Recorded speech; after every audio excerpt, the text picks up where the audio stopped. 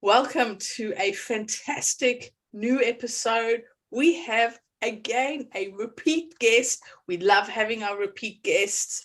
We have Sheral DeVaughn with us. Now, Sheral was with us a while ago talking about kayaking, and we had so much fun, and the story she shared in that. Go back to that episode to listen to it. But today we've got Sheral talking about her book. She's written an amazing book that we just wanting to know more about the book, more about where this book idea comes from, what it's all about, but as well as just catch up with a repeat guest because life changes, things happen, and Sheral is an amazing guest. She shares some fantastic stories. So sit down, buckle up, and get ready for Sheral. So welcome, Sheral. It's great to have you with us again. You and I, we have some amazing conversations when we're talking together on WhatsApp on a Friday afternoon with some alcoholic beverages that we little bourbon has been consumed between the two of us in the past. Not during professional hours, mind you. And there are professional hours.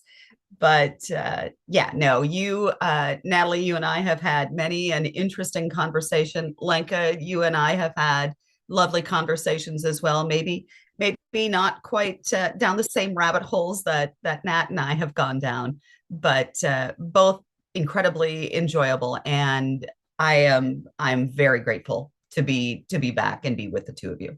So we're really excited to have the three of us again talking. But for the guests or for our listeners who haven't maybe caught the first episode or are new to the podcast, please just introduce yourself. Who are you? What is it that you do? And then we'll get into it. So as Natalie said, I'm Sheral DeVaughn, and I am the owner and founder of Speaking with Cher. I'm a communication strategist.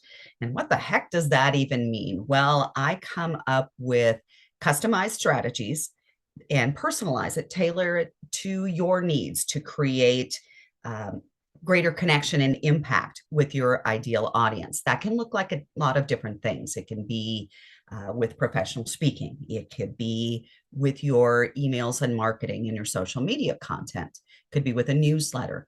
It could be with media training, editing a book, ghostwriting. I'm just been hired on to voice another book for an author, best-selling author. It can look like a lot of different things. We communicate in different ways, and I'm more than just a marketing strategist. I really want to connect your voice and then put it in such a way that no matter when you decide to speak to your ideal customer, they're ready to hear it and receive it. It's got to be the right time, the right place, the right language. And that's how those greater connections happen. That's when you get the better impact, whether it's a deeper relationship, loyalty, or let's face it, in business, we all want a little more income, and we find those ways to do that for you. But of course, you're not just a communication strategist. You kayak for fun. Okay. You love your bourbon. And you also have a podcast, Cocktails and Conspiracies, and I know that you're bringing out another podcast. So it's not just about the communication. There's so much more to Sheral than just the communication. Well, I disagree with you in the kayaking and the bourbon and the podcasts aren't communication. You have to communicate in all of those different things. I don't just paddle around for fun. I do endurance kayak racing. In fact, I'm training again all this month, and this year we're doing dragon boats. I'll be in the MR 340, 340 miles across the state of Missouri. So it's like paddling. That's like your third time now, isn't it? That's the third time you're doing that one. Yeah, I'm in the middle of training. I think we're going to do a short 46-mile run with the Dragon Boat team this weekend in preparation. Our team has never paddled together before, so this will be the first time, and it'd be my first experience in 15, 20 foot, basically canoe, small canoe with 12 or 14. This should be interesting. Um, but you have to be able to communicate with each other on the team in order to stay safe. You have to communicate with your ground crew. You have to communicate with yourself and with your environment. Or in a race like this, you'll die. It's just that simple. When it comes to the podcast, yes, season 2 of Cocktails and Conspiracies is going to be coming out here within the next week. And then a second podcast, Power of a 5-Minute Conversation, is coming out, where it's those conversations that you think are a throwaway, standing in line at the grocery store, grabbing a cup of coffee. But somewhere in the course of that conversation, within a 5-minute window, it has the power to change a mood, change a mind, change a direction, change a life, even save a life. And so you're communicating when you don't even know you're communicating for impact. The bourbon, certified specialist of wine and certified bourbon professional from a lifetime ago, still have those designations.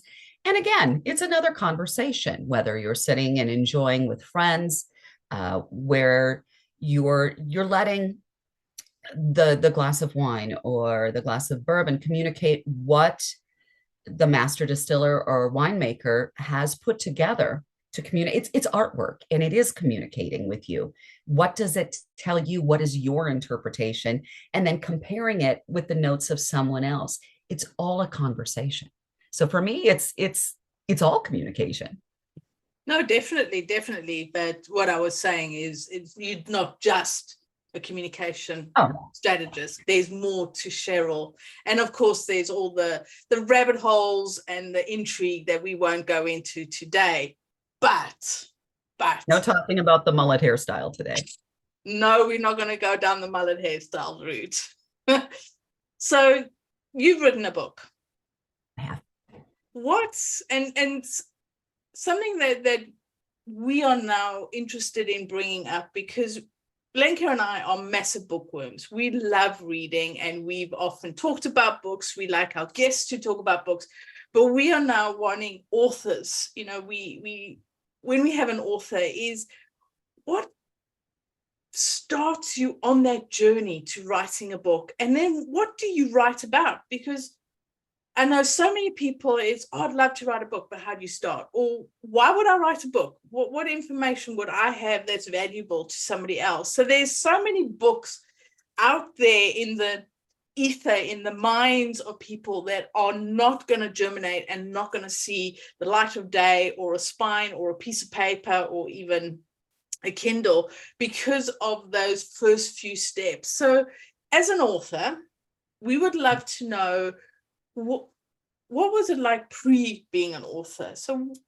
what gave you the idea for your book, and what got you from that idea, now putting it onto paper and actually writing about it? So can you just take us back a little bit to that sort of process of what your journey was like in getting this book to print, and then we'll talk about the book. When I originally sat down to write this book, it comes down to, well, I think the first thing that we have to address is why.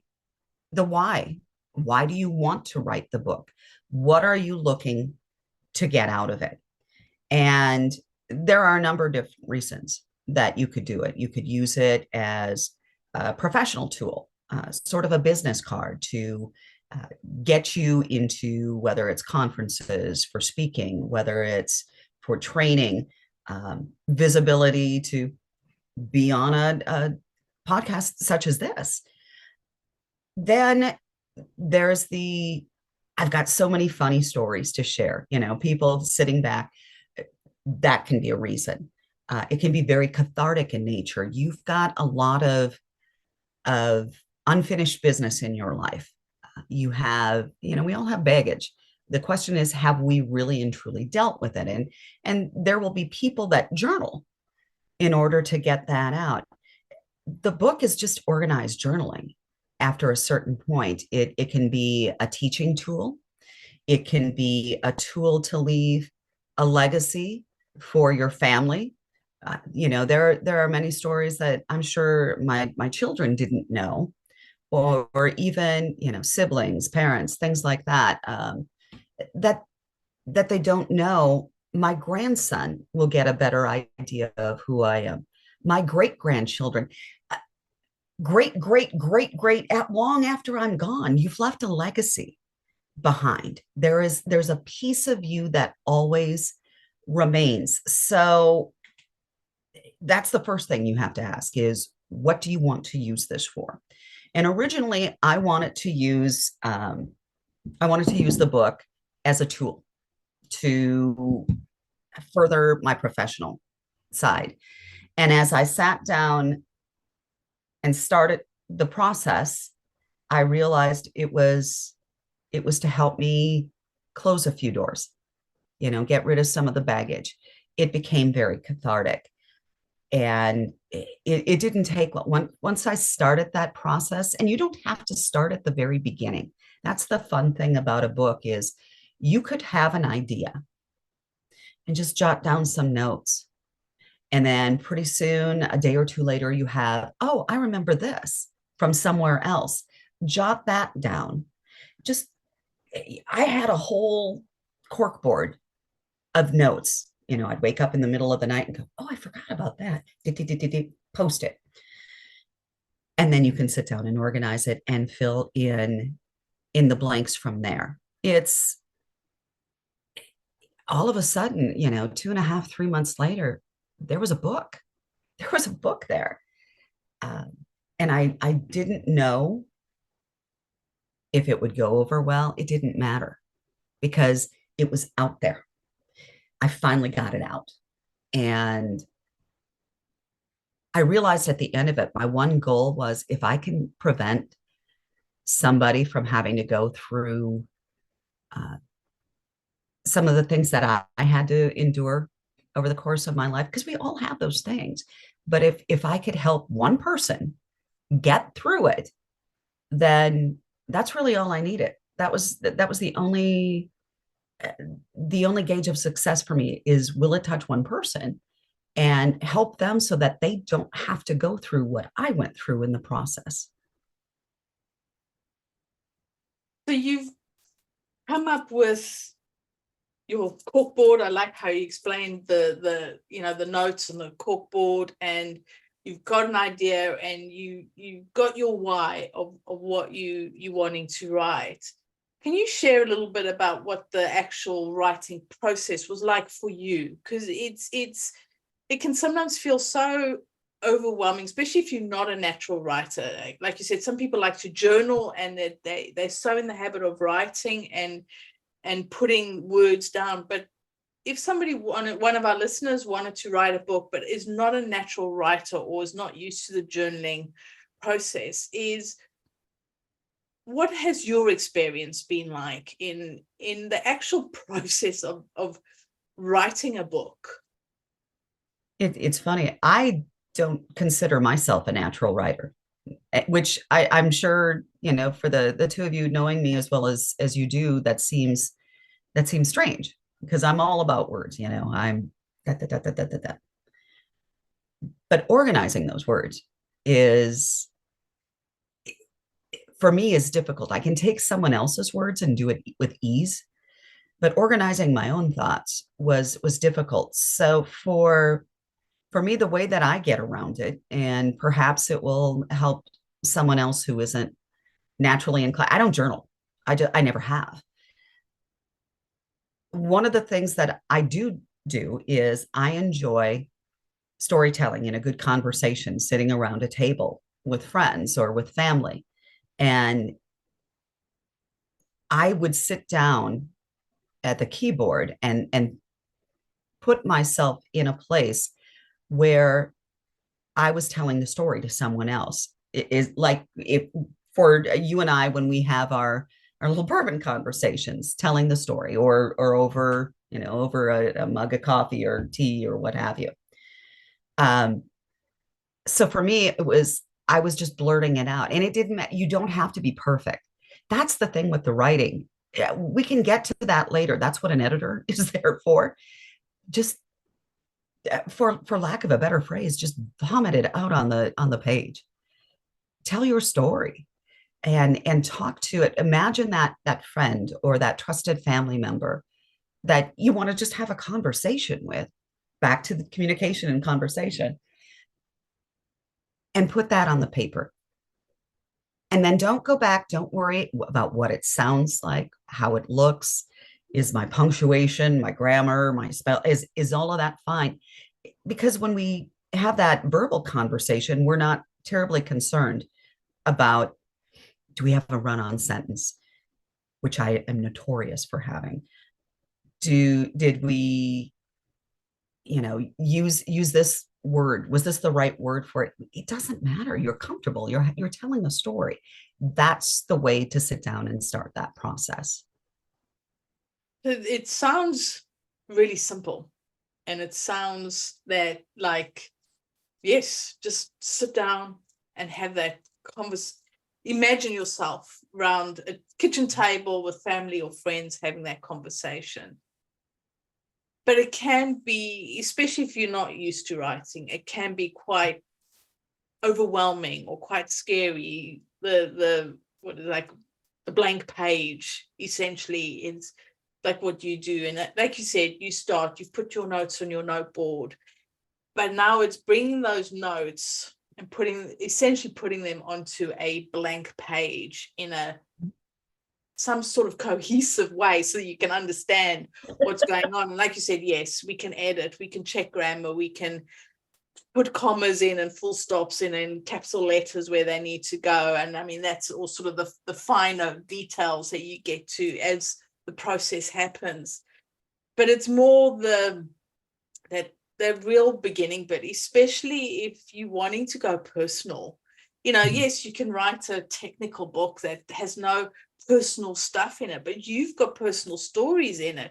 You then have to be in that position of vulnerability. It's sharing something that's personal to you that can be also quite a scary thing to do.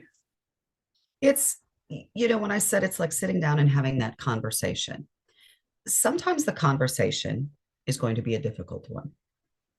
And in the case of my book, The Frog in Your Throat, there were a lot of difficult conversations that needed to take place with my family, with former colleagues, with my children, with my husband.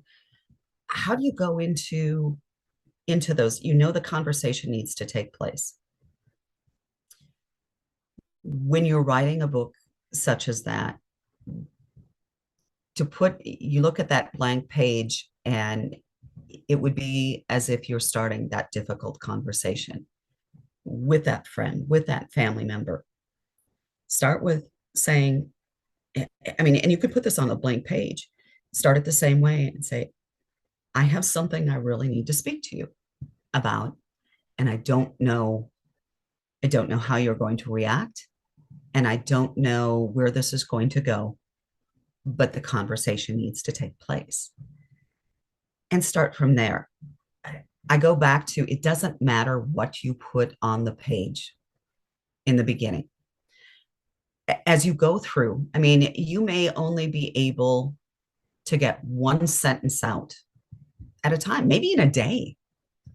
And that's okay, because every sentence is still that progression. And you can put those few words on there, and suddenly it's fun. It's like having that verbal conversation where when you finally get a little bit out, it's not as frightening anymore. And then you can go into more of the details.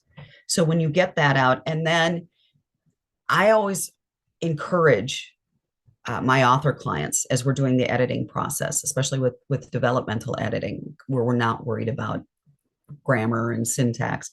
We're just worried about getting the story out, that it doesn't even have to be in the right order.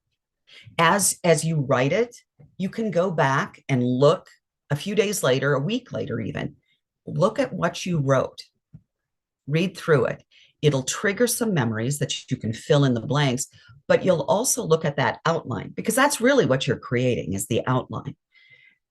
You'll look at it and go, that didn't happen after that. That happened before here. And then you can take that chunk and move it around and put it in the different places.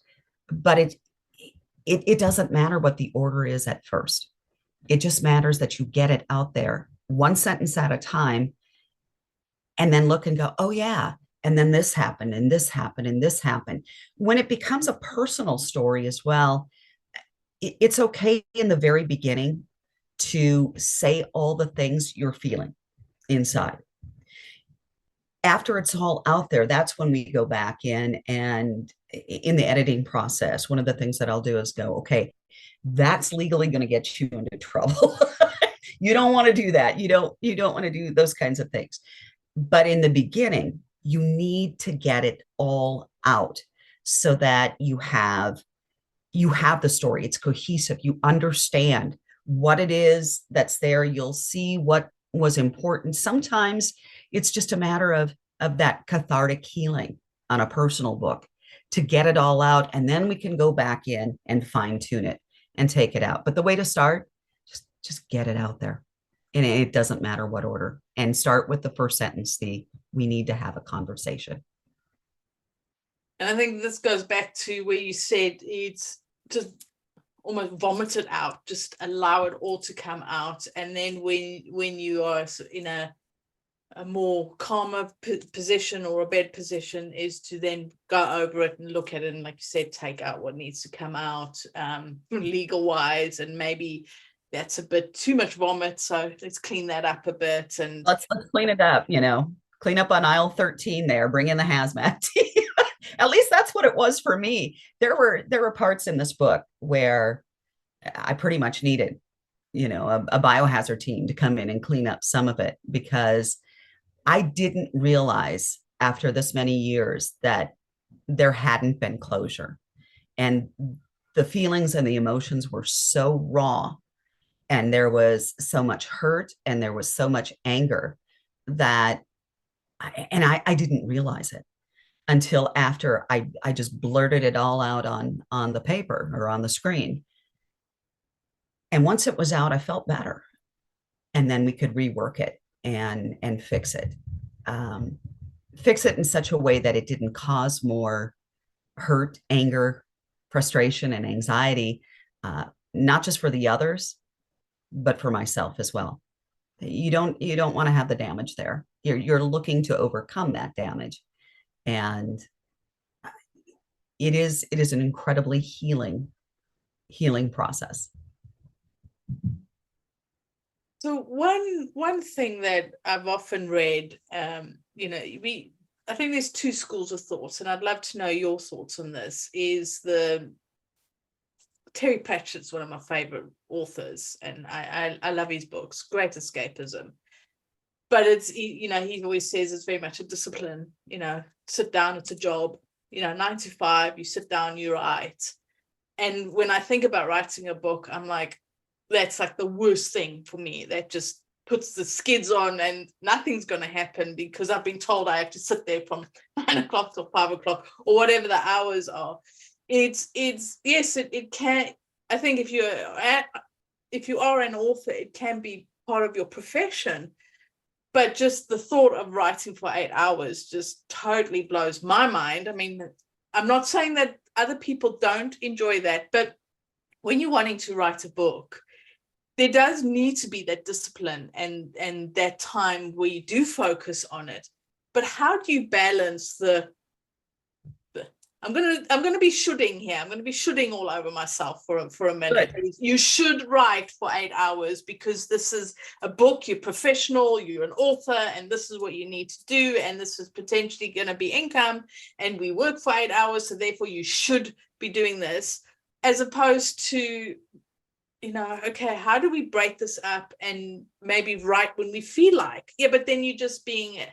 And I'm very much generalizing. I'm very much just regurgitating stuff I've seen over the years. Yes, but then you're not a professional. Then you're not taking it seriously, because you can't take something seriously. So I'm playing both these cards.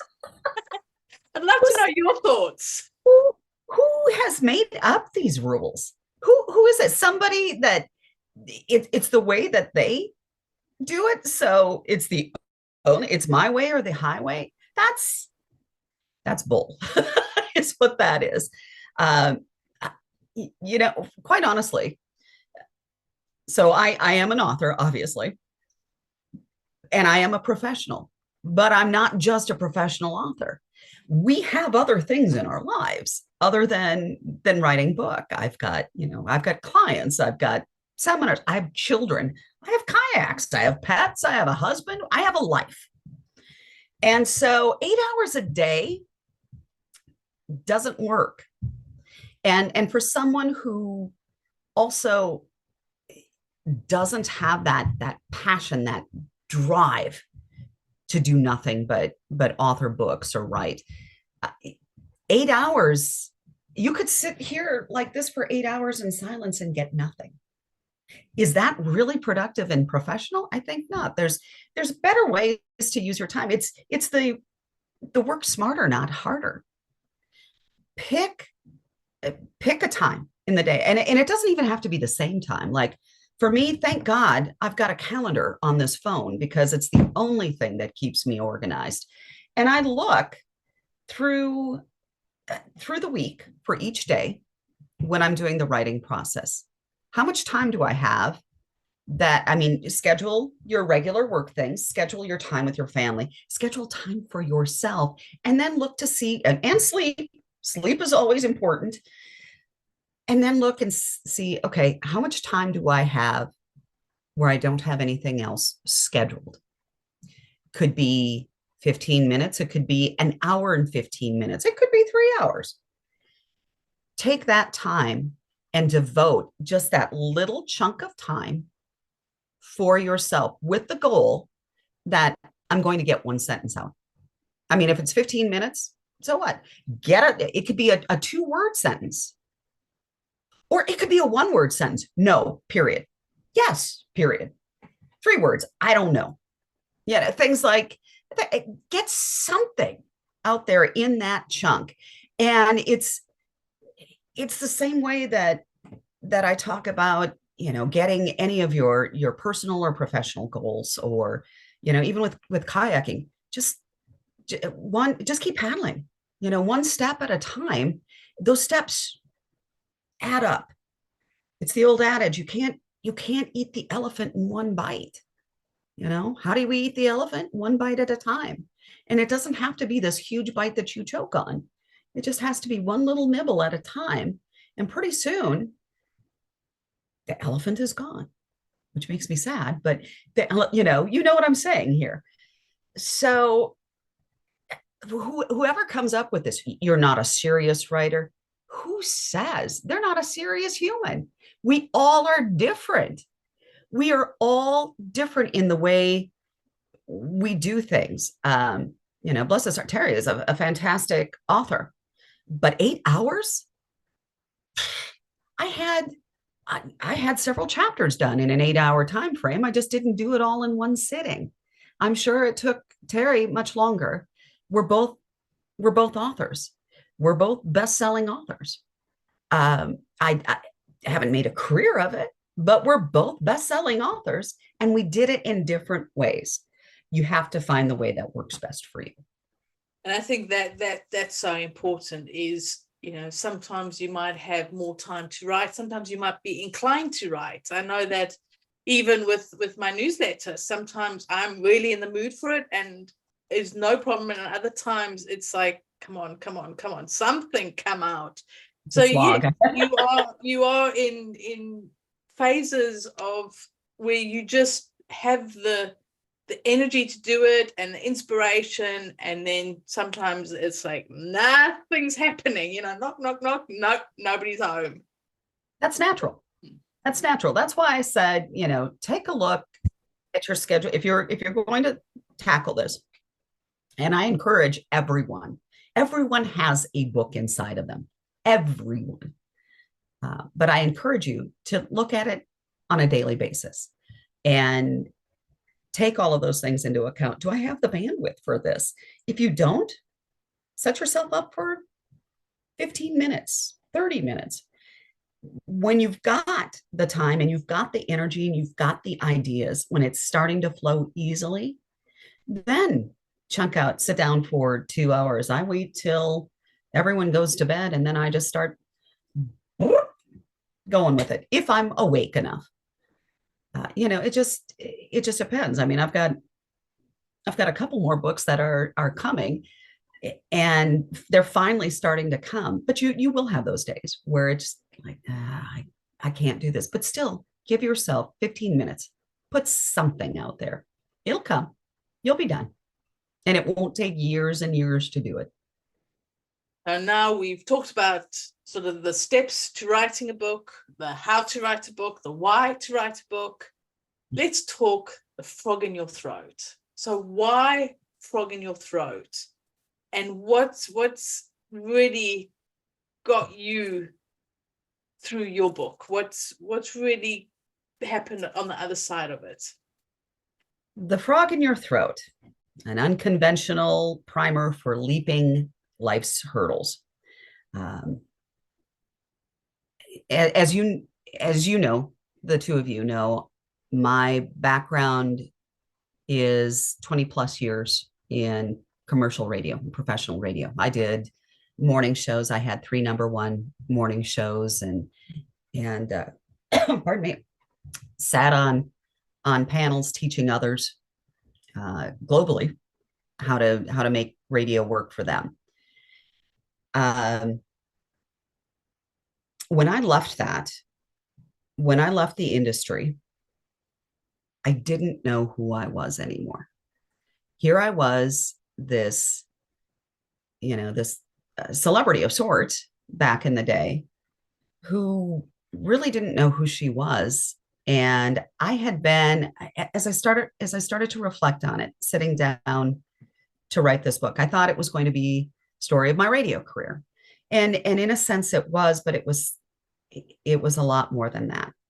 It started, with the childhood thing where when I did radio, it was back in the day where we were supposed to be sidekicks, the giggle box, the news girl, weather girl. We were there to make the men look better. I didn't get that memo. I didn't get that memo as a little girl. And I grew up in a family where women, again, were, second thought, somewhere between the dog and the guy next door. We were there to make the babies, make the sandwiches, make the men look good. And I didn't get that memo. I got into a lot of trouble for it. So it started, all of a sudden I started to see this theme that all the things that I did in order to get out of that mindset and to have the successful career I did, it came with, how do I fight? It was always a fight. How do I fight to get my voice heard? And when you don't have a voice, the phrasing is, it's the frog in your throat. I went through that when I left. I had no more voice. I had no more identity. I didn't know who I was. As you know, I mean, when you lose your voice and you lose your sense of identity, everything else starts to break down. And that had happened for me. I mean, I was ready to shut down my business. I was ready to shut down my marriage. I was ready to shut down my own life because I had lost my sense of identity. I'd lost my mother, had some personal issues with our youngest daughter. And there was a lot of hurt, and there was a lot of tragedy. And then I stumbled across, I'm not sure if you'll be able to, I think you can see this. You see the picture of the frog in the stork's mouth. I came across that cartoon, a version of that cartoon again, and I remembered it. And the slogan with that cartoon is never give up. So that's when it hit me that the frog in your throat doesn't have to be a negative connotation. You can be the frog in life's throat. And while the stork, situational taker of rational knowledge, is swallowing you whole in life. You can be that frog. Folks refusing, or what, where am I going? Folks refusing others' garbage. I had to think for a minute which one I was looking at. The frog is choking the stork to make certain he can't swallow the frog whole and devour him. And I started looking back at all these different phases of my life. And how did I get through that? How did I stay a frog rather than a fish? Folks in search of help. And all of a sudden I saw that pattern. And I thought, I really wish somebody had told me this back then, in my teens, in my 20s, in my 30s, in my 40s, up to where I am now. And that's where it came. It became for me, it was writing this for my children, for my two daughters. I wrote this for my brother, who's never read it and likely never will. I even wrote this for my mother, who had passed before it was published. It was, for me, it was, this is how I got through it. This is what was going on in my head. And here's the blueprint to make certain that you can get over your own hurdles in life as well. Because what is a hurdle? I mean, it's just a couple of sticks with a board across it. We can leap it the conventional way. We can go under it. We can go around it. We could fly over it. We can dig under it. We can go crashing through like the old, back in the 60s and 70s, the, hey, Kool-Aid man, the big giant Kool-Aid guy. And I'm dating myself, but he goes crashing through every walls, everything. So we could crash through it. You can fall on it and just crawl over the top, a little battered and beaten, but still moving forward. You can trip, you could what have you. As long as you just keep going, you will get over that hurdle. It doesn't have to be it's just literally, it's just two sticks with a board across it. And that's what most of life's hurdles truly are. It's just a matter of, okay, how do you deal with it? You don't have to let it keep you standing still. And so the frog in your throat is that unconventional primer for leaping life's hurdles. And there's it's not just a tragic story. I'd like to put a lot of humor in everything. I do a lot of self-deprecating humor. I did it when I was doing morning shows. I do it still with my podcasts. I do it with my speaking. I just, people need to laugh. People take life too seriously. And I think the best way to get through it is to find the humor in everything. And so I add humor in it. It's kind of, again, dating myself. It's a style like the late great Irma Baumbach would put through. And she always had a fascinating way of looking at life. And while I don't have the talents of Irma Baumbach in my own opinion, I like to give her a little tribute there, because she had that sense of humor with some very serious topics in life, and it makes it easier to tackle them. I think that humor is such an essential thing in our lives. It doesn't have to be always the big laugh, the big joke, the kind of a big haha, but it's the ability to look at things and just, for me, it's the moment of looking at my cat and just bringing whatever silly thing he does every day to be like, this is hilarious. Like, you're a stupid little creature, but you're hilarious. And I've seen you do the same stupid thing every day, but it's still funny because, why not? I think you really made the point of, life is too short to take it too seriously and to stay stuck in one pattern and one path and be too worried about this is my identity and this is all I've ever been, and then not to explore and be worried what's awaiting me beyond that. So this has been so interesting just to kind of get it deeper into your story and into, your book and your process and your journey. And I love the way you explain and the way you storytell. Thank you. I like to look at myself as the stupid little cat. I literally, I do. I look and go, oh, you're such a stupid little creature, but you're kind of funny sometimes. So let's just keep rolling with this and see what you do next. And for me, that's, I think, the approach that people need to take in life. We take ourselves too seriously, and we don't give ourselves permission to experience that childlike laughter and sense of adventure and sense of fun. Kids laugh at the craziest little things. They laugh at themselves, and they're delightful.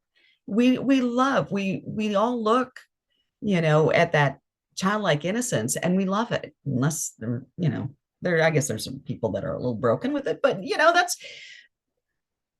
we all wish we could go back. Who's stopping us? That little child is in you. Let he or she come out once in a while and giggle, splash in the puddle, make the silly inappropriate noise and giggle at yourself, those kind of things. It just let the milk come out your nose, and then laugh at yourself for doing it. That in itself will help you with the process if you're writing as well. When you can take that little moment and just laugh at yourself, if you're looking in a mirror and going, why can't I write? Pick up a piece of paper and throw it at the reflection in the mirror. You'll start to laugh because it's so ridiculous what you've just done. And then you're okay. And it diffuses that moment. And sometimes that's just the little break you need, that pattern interrupt, to go ahead and get the process done. And I think this is an interesting point to make, not to take yourself too seriously and not to put too much weight on your writing, because some people come to writing with, I want to change the world, I want to heal people, I want to help people, I want to, make this massive impact. And that could be a very heavy burden. Or even, I want to heal myself. And sometimes that can be a very big burden to carry and put into this work on the book, or be it a blog post or podcast or radio show or piece of art. Like, we can also expand the whole writing into all sorts of different creative venues. But I love your approach of, yes, understand kind of what you want to achieve with it, what is the aim, but don't take it too seriously. Like, don't be just so obsessed and worried and stressed. Like, find the fun in it, find the lightness in it, and laugh at yourself. Here's one of the other things, and it's so, I find that so interesting that you said, it's such a heavy burden on yourself. The one thing that you kept saying was, what do I want? I want to change the world. It's not about you. Honestly, even this book that was about my life is not about me. It's about the person reading it. Now, if you want to be, make it all about yourself, then you don't need to publish it. Just write it and you go back and read it whenever you want to. But if you want a book and you want it published, and it's like professional speaking or your social media, it's not supposed to be about you. It's you're the subject, but not the message. It's about the other person on the other side, your reader, your audience, your listener, your viewer. When you go in realizing that this isn't about me and my ego, because when you do go in with it doesn't turn out, first of all, it never turns out the way you want it to when you make it all about yourself. Plus, keep in mind, you're one little blip in a billion people on one little planet out of 9 in our solar system. It is 9 still, isn't it? Or did they change that again? I never know how many planets there are, because they always make, like, Uranus is a moon, or so. Pluto is a moon. One of them is a moon sometimes, and sometimes it's a planet. I don't know.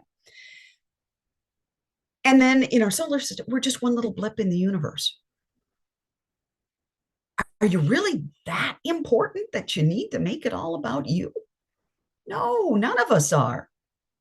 But you are important when you make it about someone else. When you go in with the purpose of giving, when you make it about that other person. And then suddenly there's that cohesion, and suddenly there's that purpose. And suddenly you're not so alone in the world. And it doesn't matter if you're changing the entire world, good luck. But if you're changing the world for one person for one moment, that's the most important gift you could give anyone. To give them that one moment, whether it's just a moment of escapism, that one little, maybe a little smirk, maybe not the full blown, laughing out loud. When you go in it and look at it from that standpoint, that's when you make the difference. So can you share with us one of the things that you've put in your book? Because I know in the beginning you mentioned it, that you use it as a tool. And I'd love for you to share how do you use it as a tool? Do you use it like in personal or business or both? And can you maybe share one of the tools that is in your book so that people our listeners have an idea of what it is? Yes, you can go on Amazon and you can read the back, but it's nice to hear from the author their perspective and what they've shared in it. So can you just share a little bit about that? Yeah. Here, let me put my glasses back on here and figure out where the best place would be. So I use the book professionally as a tool, sort of like a business card, if you will, to introduce people to who I am and what my background is. You can use it as a tool to get more visibility, a little more credibility, if you want to get on the podcast, the blogcasts, different radio shows, television, that sort of thing. How do I use it in my own life, both personally and professionally? You're going to come up against those hurdles that we talked about, those hurdles in life, whether it's you're having a disagreement with a spouse, you're depressed, you're having difficulties in your career. In my case, there was a lot of gender discrimination, sexual harassment, that sort of thing that I had to overcome. And one of the chapters, I think one of the more important chapters is chapter 7 in my book, when you become your own worst stork. Now, as I've said earlier, the stork is there's a stork, there's a fish, and there's the frog. And they're acronyms. So a stork is that situational taker of rational knowledge. It's really not that big of a deal, but we blow it up into something that is insurmountable.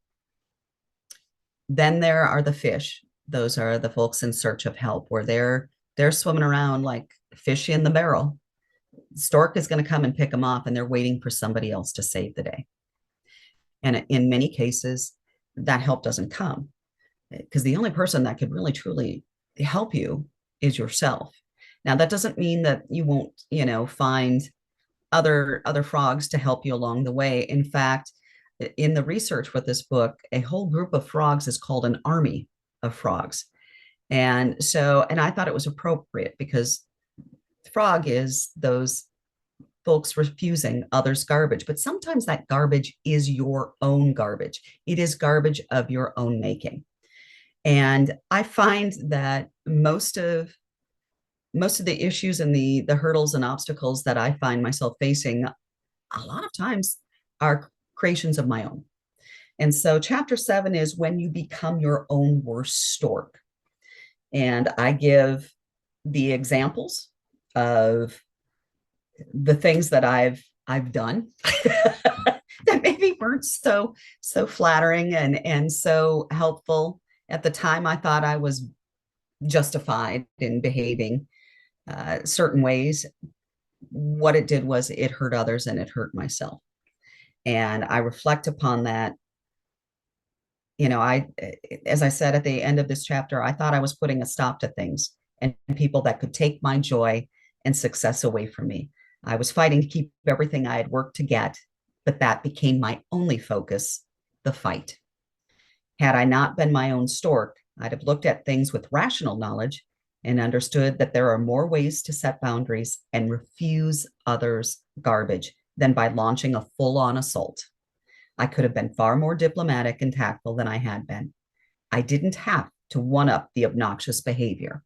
And that's an example that from that chapter, I go into each chapter of my story and show you the way I handled it, good and the bad. And then at the end, give you that life lesson, that action step, if you will, that you can choose to use if you wish and however you wish.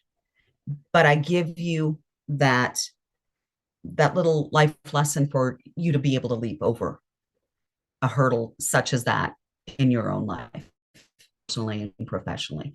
So that's what this comes down to. And there is a complete overview of things that I learned along the years. And there have been many years. And if it can help one person, that's really, then I've succeeded. That's amazing. We really can't wait to, I haven't read your book, but now I'm like, yes, I need it in my life. Everyone needs it in their life. Let's get everyone reading. But before we go on and we start reading books, and before we let you go off the podcast, we always ask for a little more. And I would love to ask for final words of wisdom. One last tip, nugget, insight, or a lesson that maybe you have already shared, but you really think it's worth of repeating. I think I want to go back into the book and find where is that list? Where is that list? And it came from one of my very first mentors in life. One of my first program directors, gentleman who has long since passed. He was the late, great, humble Howard Clark. And there was a list that he gave me. And I've got to find the chapter now. Here it is. So what is the summary of what I've learned so far on the way to my own successful finish? And it is definitely still a work in progress. I'm still on the race course. There are 10 points that I have learned. One, believe in the power of a 5-minute conversation. Those little throwaway conversations. You're not the only one that gets them. Sometimes you're on the receiving end. And I found I'm on the receiving end a lot. And I pay attention because there is knowledge to be learned from everyone in any conversation. 2, croak when necessary. That croaking is another acronym that I put in the book, where you're voicing your thoughts, your feelings, your concerns, your successes. Number 3 is life can hit you harder than Sally Holdmeyer with a spelling book. And that's a gal I grew up with. And one of the ways that she helped me, believe it or not, was in the 4th grade, she would smack me with a spelling book. And Sally was athletic. So it left a mark sometimes. But don't be afraid to take the swing and get back up. Number 4, when that hurdle arrives, flex your jumping legs and leap. And that's another acronym that I have in the book, but it makes sense here too. Number 5, focus on being your own frog, not on what someone else thinks you should be. And that will come into play when you're writing your book. Number 6, when things start going wrong, take a moment and make certain you aren't turning into your own stork. And we just talked about that. 7, if you find you are your own stork, give yourself some grace and understand no one is perfect and you can change your situation. Number 8, the secret to your success and happiness isn't in the hands of someone else. It's inside of you. You just have to listen to your inner voice. Really listen to it. Number 9, your vulnerability is your superpower. Don't be afraid of it. And finally, number 10, from my dear mentor and friend, Howard Clark, above all else, never give up and always order the pie. I love them, all of them, especially the last one. Always order the pie, of course. Always order the pie. Always order the pie. Gifts. Don't cheat yourself. You can treat yourself. It's always good to give yourself a little treat, no matter the circumstances. Always order the pie. Such a beautiful closing words. Thank you so much, Cher, for coming again to the podcast, to have a chat with us, to walk us through your process of writing a book, of helping others writing a book, figuring out this whole book thing and, life thing and everything as well. So if one of our listeners thinks like, this lady, she really has something to say and they want to find out more, where they can find you online? You can find me just about anywhere. I'm not difficult to find. You can find me on Facebook and Instagram at Speaking with Cher, SHER. That's my handle on both Facebook and Instagram. On LinkedIn, you can find me at Sheral DeVaughn, and it's a funny spelling, but I know Natalie and Linko will have it for you. Heck, if you just have questions and need to connect, you can reach out via email. I always answer my own emails, and that's share@speakingwithsher.com. So if you have a question about the process, I'm happy to sit down and work with you on that. Thank you so much. This has been wonderful and so enjoyable to have you back on the podcast. And to our listeners, what was your lesson, or what was your takeaway, or what was your aha moment from today's conversation? Did it inspire you to finally get on starting writing your book? Did it give you the moment of like, oh, there is a book inside of me that I want to put out there? Let us know in the comments. We would love to hear from you. And until next time, see ya! If you enjoyed listening to our conversation, please share it with your friends and colleagues, and don't forget to subscribe. We would love it if you could give us a 5-star rating and write a short review.